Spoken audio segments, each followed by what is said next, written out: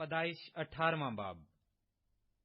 پھر خداوند ممرے کے بلوتوں میں اسے نظر آیا، اور وہ دن کو گرمی کے وقت اپنے خیمہ کے دروازہ پر بیٹھا تھا، اور اس نے اپنی آنکھیں اٹھا کر نظر کی، اور کیا دیکھتا ہے کہ 3 مرد اس کے سامنے کھڑے ہیں، اور ان کو دیکھ کر خیمہ کے دروازے سے ان سے ملنے کو دوڑا، اور زمین تک جھکا، اور کہنے لگا، اے میرے خداوند، اگر مجھ پر آپ نے کرم کی نظر کی ہے تو اپنے خادم کے پاس سے چلے نہ جائیں، بلکہ تھوڑا سا پانی لایا جائے، اور اپنے پاؤں دھو کر اس درخت کے نیچے آرام کریں۔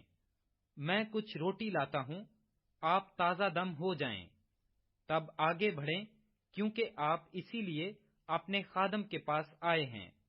انہوں نے کہا، جیسا تو نے کہا ویسا ہی کر۔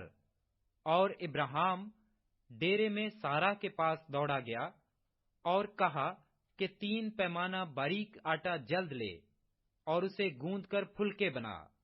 اور ابراہیم غلہ کی طرف دوڑا اور ایک موٹا تازہ بچڑا لا کر ایک جوان کو دیا، اور اس نے جلدی جلدی اسے تیار کیا۔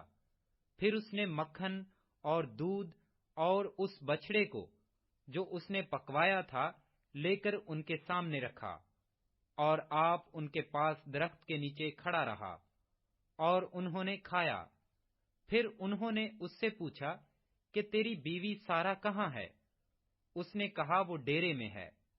تب اس نے کہا، میں پھر موسم بہار میں تیرے پاس آؤں گا، اور دیکھ تیری بیوی سارا کے بیٹا ہوگا۔ اس کے پیچھے ڈیرے کا دروازہ تھا، سارا وہاں سے سن رہی تھی، اور ابراہیم اور سارا ضعیف اور بڑی عمر کے تھے، اور سارا کی وہ حالت نہیں رہی تھی جو عورتوں کی ہوتی ہے۔ تب سارا نے اپنے دل میں ہنس کر کہا، کیا اس قدر عمر رسیدہ ہونے پر بھی میرے لیے شادمانی ہو سکتی ہے؟ حالانکہ میرا خاوند بھی ضعیف ہے۔ پھر خداوند نے ابراہیم سے کہا کہ سارا کیوں یہ کہہ کر ہنسی کہ کیا میرے جو ایسی بڑھیا ہو گئی ہوں واقعی بیٹا ہوگا؟ کیا خداوند کے نزدیک کوئی بات مشکل ہے؟ موسم بہار میں معین وقت پر میں تیرے پاس پھر آؤں گا، اور سارا کے بیٹا ہوگا۔ تب سارا انکار کر گئی کہ میں نہیں ہنسی، کیونکہ وہ ڈرتی تھی، پر اس نے کہا، نہیں، تو ضرور ہنسی تھی۔ تب وہ مرد وہاں سے اٹھے اور انہوں نے سدوم کا رخ کیا، اور ابراہیم ان کو رخصت کرنے کو ان کے ساتھ ہو لیا۔ اور خداوند نے کہا کہ جو کچھ میں کرنے کو ہوں، کیا اسے ابراہیم سے پوشیدہ رکھوں؟ ابراہیم سے تو یقیناً ایک بڑی اور زبردست قوم پیدا ہوگی، اور زمین کی سب قومیں اس کے وسیلہ سے برکت پائیں گی، کیونکہ میں جانتا ہوں کہ وہ اپنے بیٹوں اور گھرانے کو جو اس کے پیچھے رہ جائیں گے وصیت کرے گا کہ وہ خداوند کی راہ میں قائم رہ کر عدل اور انصاف کریں، تاکہ جو کچھ خداوند نے ابراہیم کے حق میں فرمایا ہے اسے پورا کرے۔ پھر خداوند نے فرمایا، چونکہ سدوم اور امورا کا شور بڑھ گیا اور ان کا جرم نہایت سنگین ہو گیا ہے، اس لیے اب میں جا کر دیکھوں گا کہ کیا انہوں نے سراسر ویسا ہی کیا ہے جیسا شور میرے کان تک پہنچا ہے، اور اگر نہیں کیا تو میں معلوم کروں گا۔ سو وہ مرد وہاں سے مڑے اور سدوم کی طرف چلے، پر ابراہیم خداوند کے حضور کھڑا ہی رہا۔ تب ابراہیم نے نزدیک جا کر کہا، تو نیک کو بد کے ساتھ ہلاک کرے گا؟ شاید اس شہر میں 50 راست باز ہوں، کیا تو اسے ہلاک کرے گا اور ان 50 راست بازوں کی خاطر جو اس میں ہوں اس مقام کو نہ چھوڑے گا؟ ایسا کرنا تجھ سے بعید ہے کہ نیک کو بد کے ساتھ مار ڈالے اور نیک بد کے برابر ہو جائیں۔ یہ تجھ سے بعید ہے۔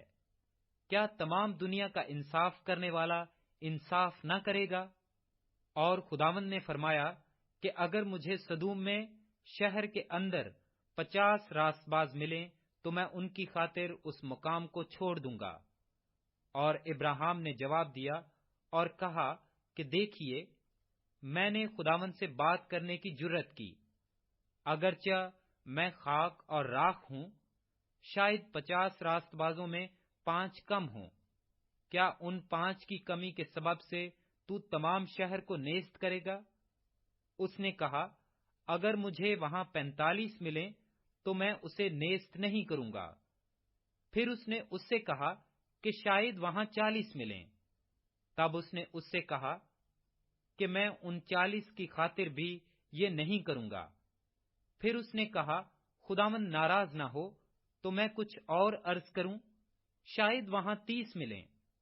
اس نے کہا، اگر مجھے وہاں 30 بھی ملیں تو بھی ایسا نہیں کروں گا۔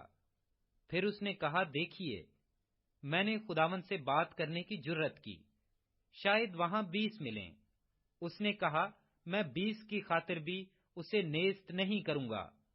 تب اس نے کہا، خداوند ناراض نہ ہو تو میں ایک بار اور کچھ عرض کروں، شاید وہاں 10 ملیں۔ اس نے کہا، میں 10 کی خاطر بھی اسے نیست نہیں کروں گا۔ جب خداوند ابراہیم سے باتیں کر چکا تو چلا گیا، اور ابراہیم اپنے مکان کو لوٹا۔